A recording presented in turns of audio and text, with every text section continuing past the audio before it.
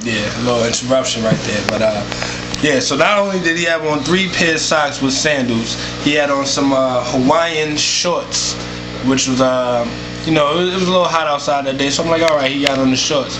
But seeing as though it was so hot outside, I looked at what kind of shirt he was wearing, and it looked a little funny. He looked a little padded. He was a big dude, but he looked a little padded. And I noticed that not only did he have layered socks, but he had layered shirts. There was a shirt that stopped around here, a shirt that stopped around here, a shirt that stopped around here, and a shirt that stopped around here. So I said, God damn, man, you know, I'm looking at him and I'm making fun of everything that he has on. I'm yelling out the cab to him, and I'm looking at him from toe to head. So as I make fun of the shirts, I look up and I notice that he has the what would be the name, the mullet type cut, but it's not really a mullet because it's business in the front, but it's rat tail in the back. It wasn't a party. It was a rat tail. So I didn't know why he did that. And he had on these thick, like Drew Carey type glasses. So after I was finished, you know, just making fun of his entire outfit outside the window of the car so that the whole world can hear it, he had the audacity to say my mother. Which to me was kind of funny, because what kind of comeback is that? It's like, hey, you got an ugly shirt, he says your mother. Like, wow, this is all you can come up with.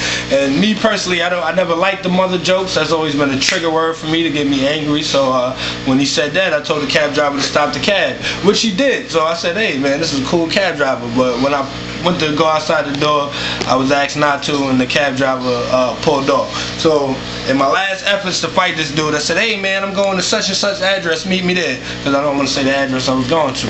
So we pull out the cab and we meet up with another wrestler, Joey Doomsday Resto, and we start explaining the story to him, and he's like, hey man, I want to fight too, you know, if this guy comes, we're going to get it in. So I said, hey, yeah, you know, that's what I like to hear, people that like to fight.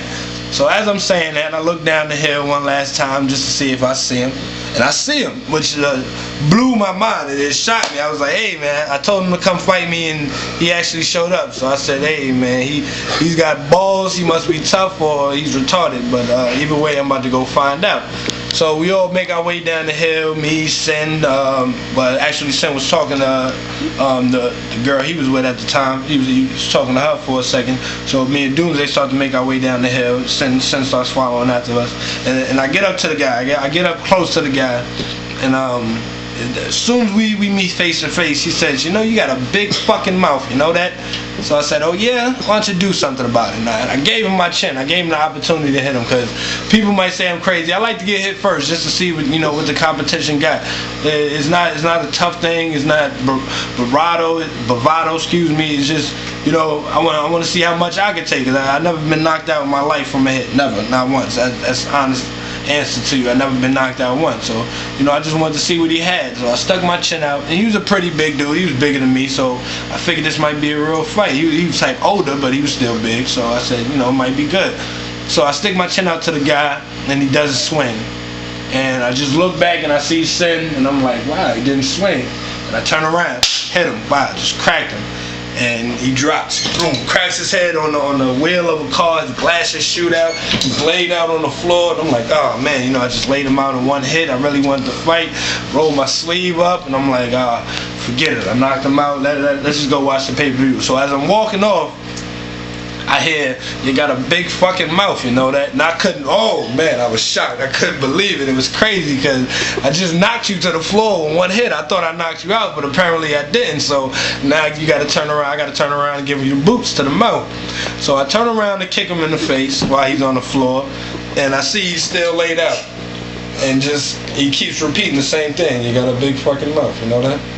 You got a big fucking mouth, you know that? And it was Twilight Zone. I'm like, oh man, I just knocked him into the Matrix. We got to get out of here. So after I hit the guy, which is funny, a car full of a car full of black guys drive by, and they say, hey, that's what's up, nigga, beep, beep, beep, and then they drive off. But it made me feel great at the end of the day, because they had out of town plates, so I gave them a nice memory to go with back out of town, and I just knocked the guy out in one hit, and then probably put him in a coma, because I don't know what happened after that. We went inside the house, we watched about the first 2 matches of the pay-per-view, so you can say about a half hour, 45 minutes go by, and Sin tells me Well, he writes it on a computer because, you know, he doesn't speak.